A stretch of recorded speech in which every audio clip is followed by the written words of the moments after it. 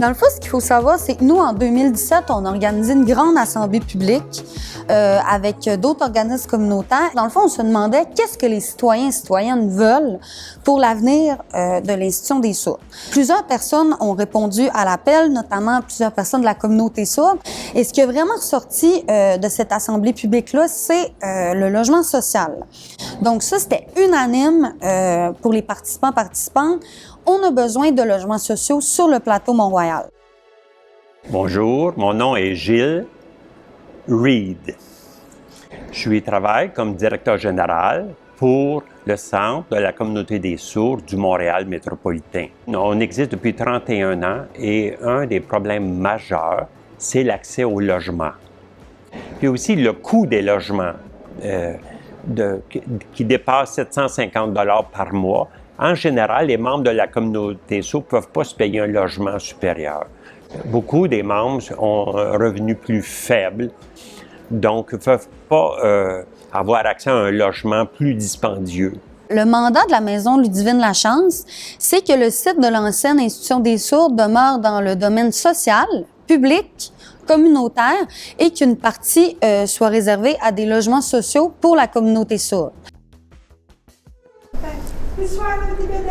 Donc, l'histoire de Ludivine Lachance, ça a été la première sourde aveugle qui a fréquenté l'Institution des sourds-muettes. Donc, j'ai voulu rendre hommage à cette personne-là, de Ludivine Lachance. Puis aussi rendre hommage aux Sœurs de la Providence.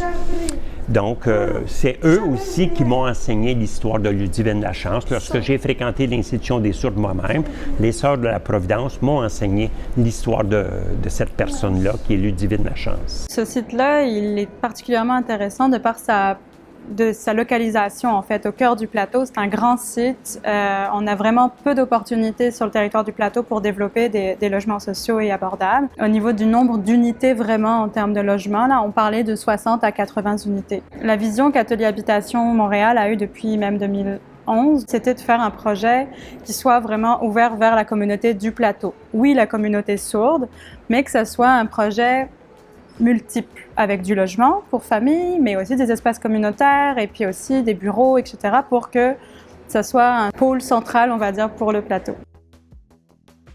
On ne veut pas laisser aller cet établissement-là. Les sourds ont à cœur, parce que beaucoup d'entre nous avons grandi,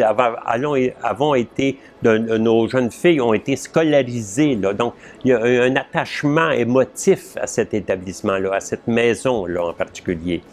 Il y a une partie de notre patrimoine.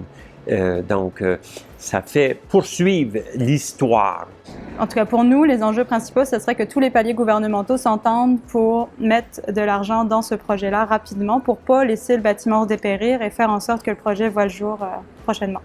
Donc, oui, c'est un projet qui va nécessiter des millions, mais ça va valoir la peine. Non, c'est un investissement aussi dans la communauté. Il faut y voir beaucoup les avantages, les bénéfices que ça va rapporter. Oui, parce que les millions, ça va être investi une fois, mais les impacts vont avoir une durée illimitée. Donc, oui, il faut agir rapidement parce que le bâtiment ne va pas se maintenir tout seul.